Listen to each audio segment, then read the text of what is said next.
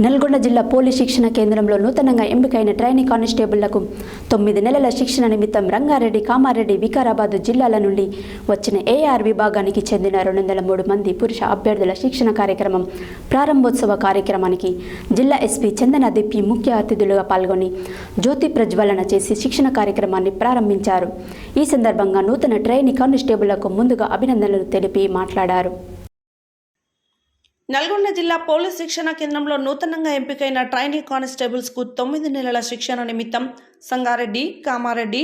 వికారాబాద్ జిల్లాల నుండి వచ్చిన ఏఆర్ విభాగానికి చెందిన 203 మంది పురుష అభ్యర్థుల శిక్షణ కార్యక్రమ ప్రారంభోత్సవానికి జిల్లా ఎస్పీ చందన దీప్తి ముఖ్య అతిథులుగా పాల్గొని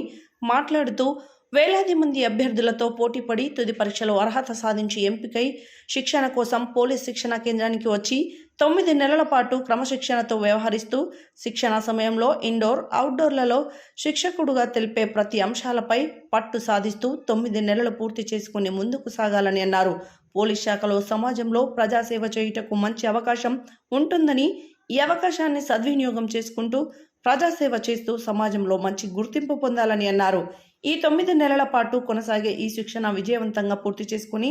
అప్పగించిన విధుల్లో రాణిస్తూ ముందు ఉన్నత స్థానాలకు వెళ్తూ పోలీస్ శాఖకు, మీ కుటుంబ సభ్యులకు మంచి పేరు ప్రతిష్టలు తేవాలని అన్నారు. ఈ కార్యక్రమంలో DTC principal additional SP Ramulu Nayak, vice principal DSP Vithal Reddy, SB DSP Ramesh, cyber crime DSP